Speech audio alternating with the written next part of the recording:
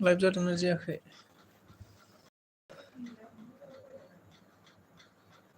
Live जादोंना जायाखै? माथो रावबो फैया।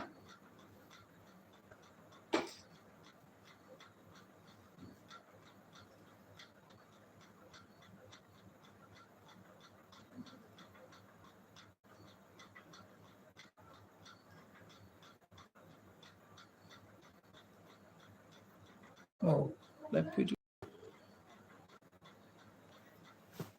नुयोना नुवा?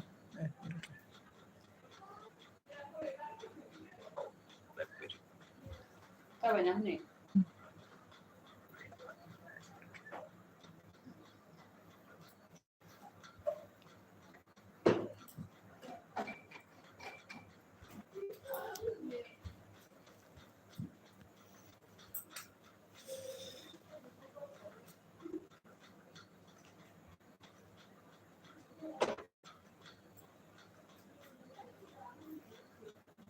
साबा फैदों दासो। साबा फैबाय। साबा। खाम्फा बरगयारिया देरहाबायनोलै चिरां दुवाराव। खाम्फा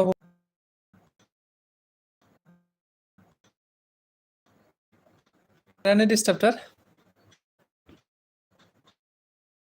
खाम्फा बरगयारिया देरहाबाय BPFनि हेंथायै 14 नं चिरां दुवार बियाबाव होननानै मिथिनो मोननाय जाबाय।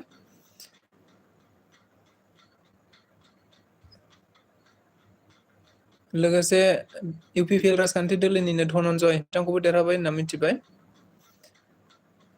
गोबांथार देरहानायफ्रा दासिम फैगासिनो दङ। सबायझार बियाबावबो दासिमाव धीराज बरगयारि BPFनि बिथांखौबो देरहाबाय होनना मिथिनो मोननाय जाबाय।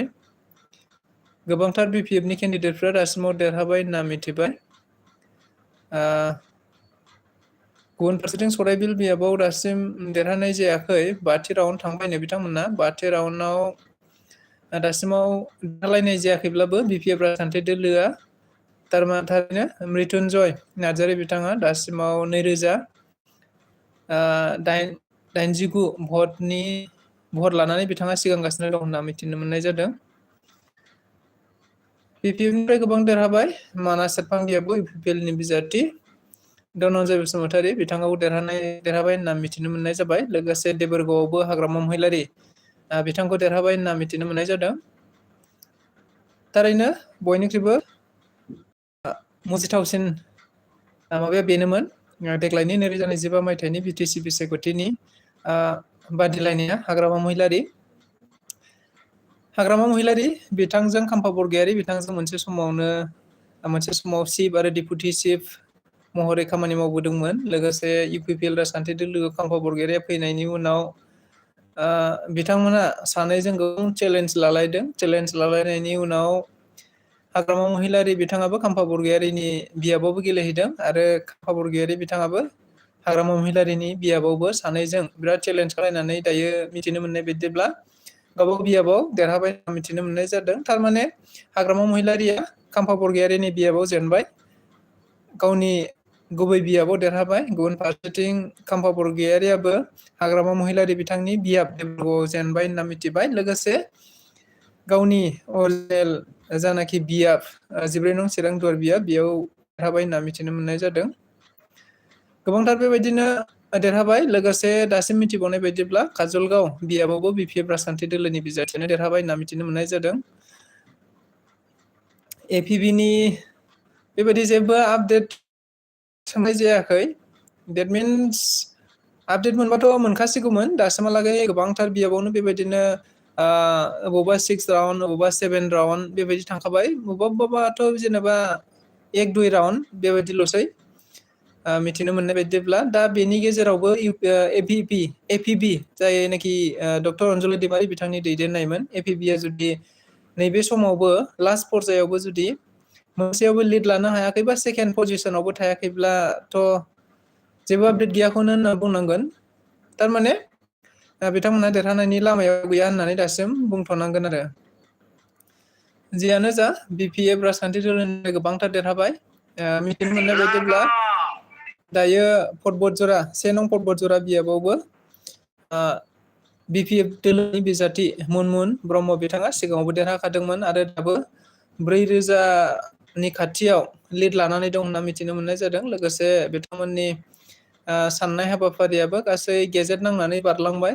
थामहिनबा 5थि राउन्डआ जोबनानै थांबाय होनना मिथिनो मोननाय जाबाय। 5थि राउन्ड थांबायबाथ' 3 बा 4 राउन्ड थाबावगोन। जियानो जा बिपिएफ राजखान्थि दोलोआ गोबांथार बियाबफोराव दासिम देरहाबाय आरो गोबांथार दासिमबो लिड लानानै दं होननानै मिथिबावनाय जादों।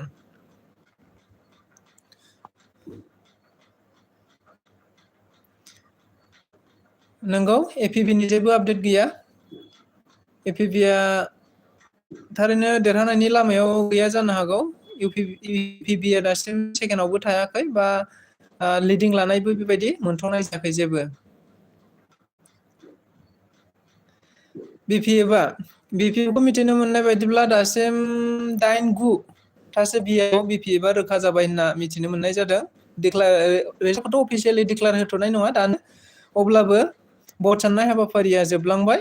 जोबलांनायनि उनाव बा जोबलाङाखैब्लाबो थारमाने भटआ जेसेबां आद्रा दंबावो बे आद्राखौ लाजोबब्लाबो, गुबुन दोलोआ लाजोबब्लाबो थारमाने बिपिएफआ देरहाखाबाय होननानै मिथिनो मोननाय जादों। दायो बेबायदिनो गासै मोन 8निफ्राय 9 रोखा जाबाय होननानै मिथिनो मोननाय जादों आरो बिपिएफखौ। आरो गोबांथार बेबायदिनो लिड लानानै दंबावो होनना मिथिदों।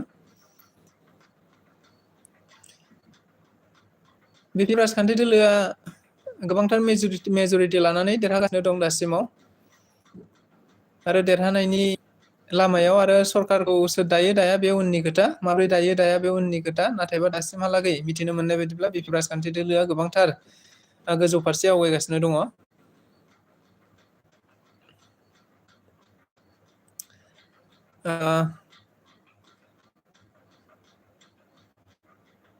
रिजाल्टआ माब्ला क्लियार जागोन होननानै बुङोब्ला,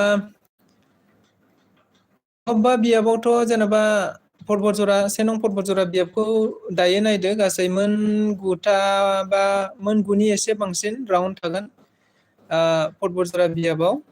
नाथाय दासिमहालागै टाइमा 8 रिंगा जाबायब्लाबो नाथाय बिथांमोननिया दासिम 6 राउन्डखौल' सानगासिनो दङ। मिथिनो मोननाय बायदिब्ला 6 राउन्डखौ सानगासिनो दङ आरो 3 राउन्डआनो दासिमबो बाखि जानानै दंबावो। आरो बे 3 राउन्डखौ साननो गोनांब्ला खमावबो दाथ' 8थायानो जाखाबाय, खमावबो 10थासो जाहैनो हागौ आरो रिजाल्ट मोनहैगौ। 10था बा 10:30 बेबायदि जाहैनो हागौ। गासै रिजाल्टफोरखौ अफिसियेलि डिक्लेयार होनांगौबा एसे टाइम लाबावगोन। मथा मथि 10थानिथ' सिगाङाव जाखानाय नङा, बेखौ नुनो हायो आरो। रिजाल्टआ फाइनाल रिजाल्ट आरो अफिसियेलि फाइनाल रिजाल्ट जायखौ बुंनाय जायो। फाइनाल रिजाल्ट बेबायदि नेबाय थालायनांगौ होननानै खोथा गैया। भट साननायावनो बयबो दंखाजोबो हिसाबै, आरो भट साननाया जेब्लाबो आपडेट जाबाय थाखायो हिसाबै जोङो बेयावनो रोखा जानो हाखायो आरो। मिथिबावनाय बायदिब्ला दासिमाव 27 नं नाग्रिजुलि बियाबाव बिजेपि राजखान्थि दोलोनिनो बजिन दास बा जायखौ लकि दास होननानै मिथिनाय जायो, लकि दासआ बिजेपि राजखान्थि दोलोनिफ्राय देरहाबाय होनना मिथिनो मोननाय जादों।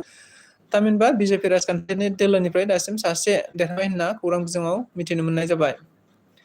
लोगोसे बिटिआरनि आथिखालनि जानाखि चिफ प्रमद बर' बिथाङा दतमा बियाब आरो गयबारि बियाब मोननै बियाबाव रायदोंमोनब्लाबो दासिम खबर मोननाय बायदिब्ला, नै दासो लेटेस्ट खबर मोननाय बायदिब्ला प्रमद बर' बिथाङा दायो गयबारि बियाबाव देरहाबाय होनना मिथिनो मोननाय जाबाय। नंगौ, 28 नं गयबारि बियाबाव प्रमद बर' बिथाङा देरहाबाय होनना दासिम खबर मोननाय जाबाय। प्रमद बर' बिथाङा 28 नं गयबारि बियाबाव देरहाबाय। खौरां बिजोङाव दायो आपडेट जाबाय, प्रमद बर' बिथाङा देरहाबाय।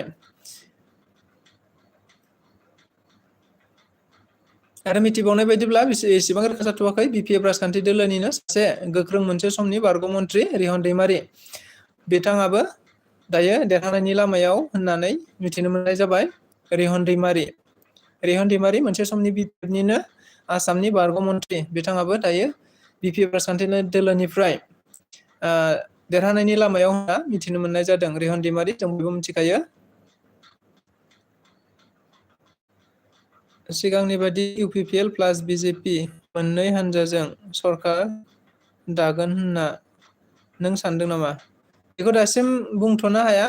जेनेबा नोङो जुदि दासिम जि नुनो मोनबाय बिपिएफआ गाव हारसिङैनो गोबांथार देरहानानै दंखायो। आरो जुदि बिपिएफआ हारसिङैनो एबसुलेट जायनाखि मेजरिटि होननानै बुंनाय जायो 21 सिट 21था जुदि मासिक बिपिएफ राजखान्थि दोलोआ हारसिङैनो देरहायोब्ला बेयाव इउपिपिएल आरो बिजेपि नि बाथ्रा फैनाय नंला। बियो बिपिएफनि सायाव सोनारगोन। मानोना बिपिएफआ दासिमाव मिथिनो मोननाय बायदिब्ला गोबांथार बिएफआव देरहादों आरो देरहानो थांगासिनो दं होनना मिथिनो मोननाय जादों। बेयाव जुदि आगोलनि बायदि बिपिएल आरो बिजेपि मोननै हान्जाया सरकार दागोन ना दाया बियो उननि बाथ्रा। दासिम बेखौ रोखा बुंनो हानाया गोब्राब।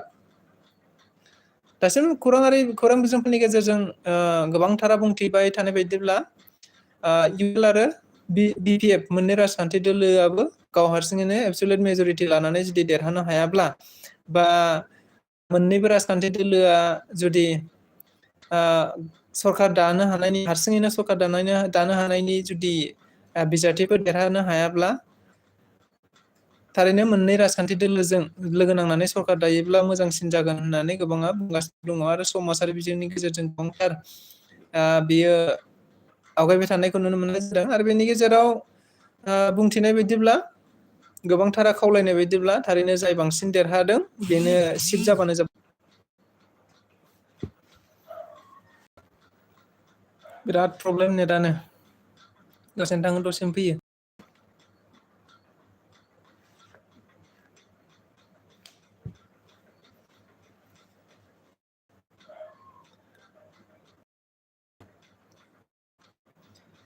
बिजेपि हान्जाखौ बिपिएफआ लाफागोन ना? बेखौथ' बोरैथो मिथिबावनो। जेनेबा बिजेपिया बेसेबां भट लानानै देरहायो बेनि सायाव थासिगोन। लोगोसे हाग्रामा महिलारिनि मोननि हान्जानि सायाव बियो जुदि बिपिएफ राजखान्थि दोलोआ गावहानो हारसिङै जुदि मेजरिटि लानानै देरहानो हायोब्लाथ' बिथांमोननो रावखौबो नांला ना इउपिपिएल ना बिजेपि रावखौबो नांनाय नंला। गाव हारसिङैनो सरकार दासिगोन बिथांमोनहा जुदि गावसोर साननाय बायदि जायोब्ला।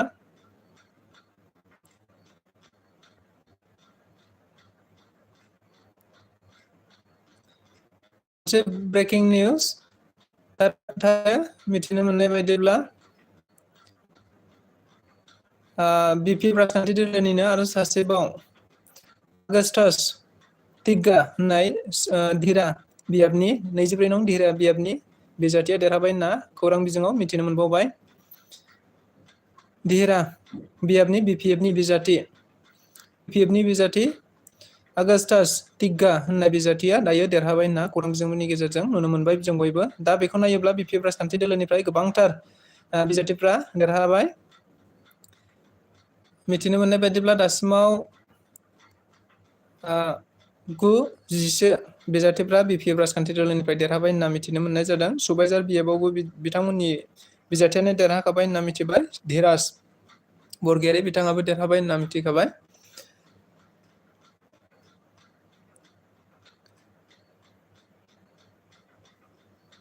देग्लाय सरकारा सोरजों दागोन सोरजों दाया बोरै दागोन बोरै दाया बियो दसे समनि उनावनो बयबो मिथिनो मोनसिगोन।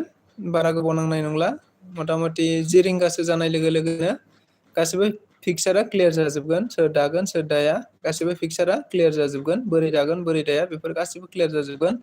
मथा मथि आरोबाव 2 घन्टानि उनावनो गासिबो पिक्सारा क्लियार जाजोबसिगोन। आरो मिथिनो मोननाय बायदिब्ला दासिमाव सोर देरहाखो बिपिएफ राजखान्थि दोलोनिफ्राय जोङो क'क्राझार हिसाबै नायोब्ला सराइबिलाव देरहाबाय होनना मिथिनो मोननाय जादों। सराइबिलाव देरहाथ'वाखै फाइनाल रिजाल्टआ फैयाखै।